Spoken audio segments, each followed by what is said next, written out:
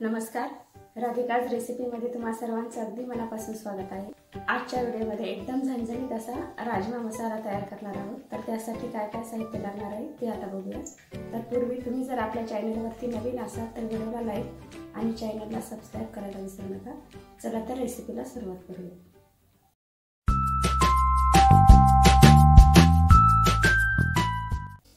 राजमा मसाला बनवण्यासाठी या ठिकाणी मी 2 तास राजमा भिजू घातलेला आहे। 1 वाटी राजमा आहे हा। आता आपण कुकरला लावून 2 शिट्ट्या काढून घेऊया।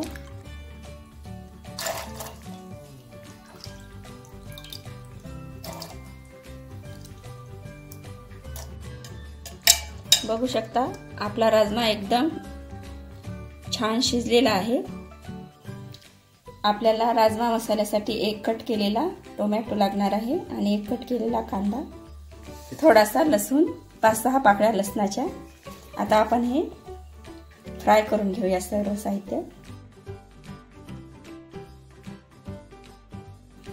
कढईमध्ये अर्धा चमचा तेल टाकलेला आहे। कांदा फ्राय करून घेऊया।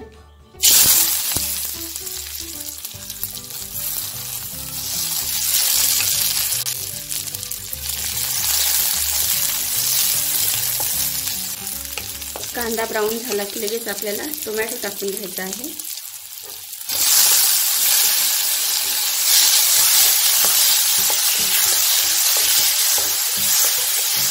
यामध्ये लसूण पाकळ्या,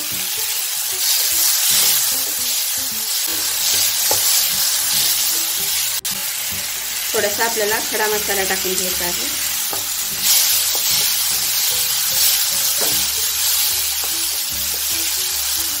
आणि 5 मिनिटं आपल्याला फ्राय करून घ्यायचं आहे सर्व साहित्य।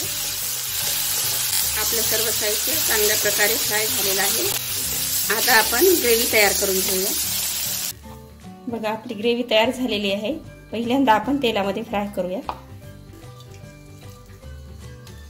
कढईमध्ये 2 चमचे तेल घालून घेऊया। तेल तापलेलं आहे, मोहरी टाकून घेऊया। अर्धा चमचा जिरं,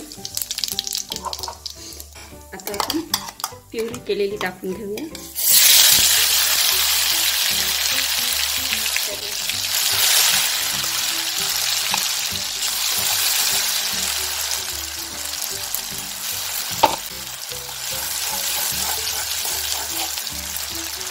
अर्धा चमचा हळद,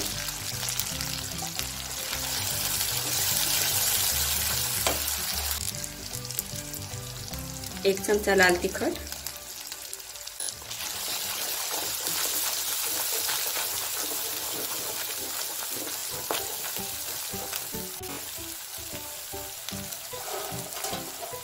चवीनुसार मीठ यामध्येच घालायचं आहे।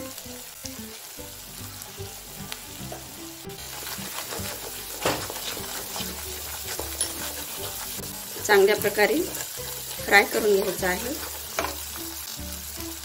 त्यानंतर आपल्याला राजमा टाकून घ्यायचा आहे यामध्ये।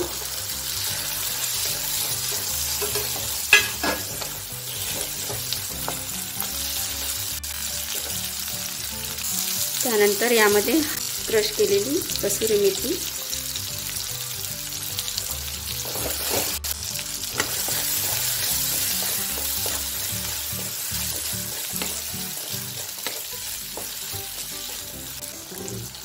हे राजमा उकळून घेतलेलंच पाणी आहे गरम, ते आपण यामध्ये घालून घेऊया।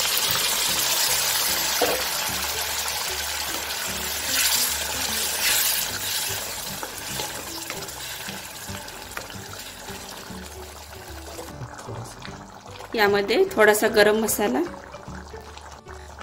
बघू शकता एकदम छान रंग आलेला आहे भाजीला आपल्या।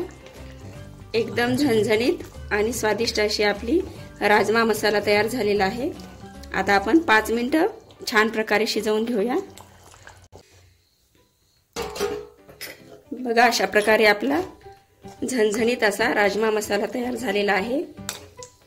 आता आपण सर्व करायला घेऊया।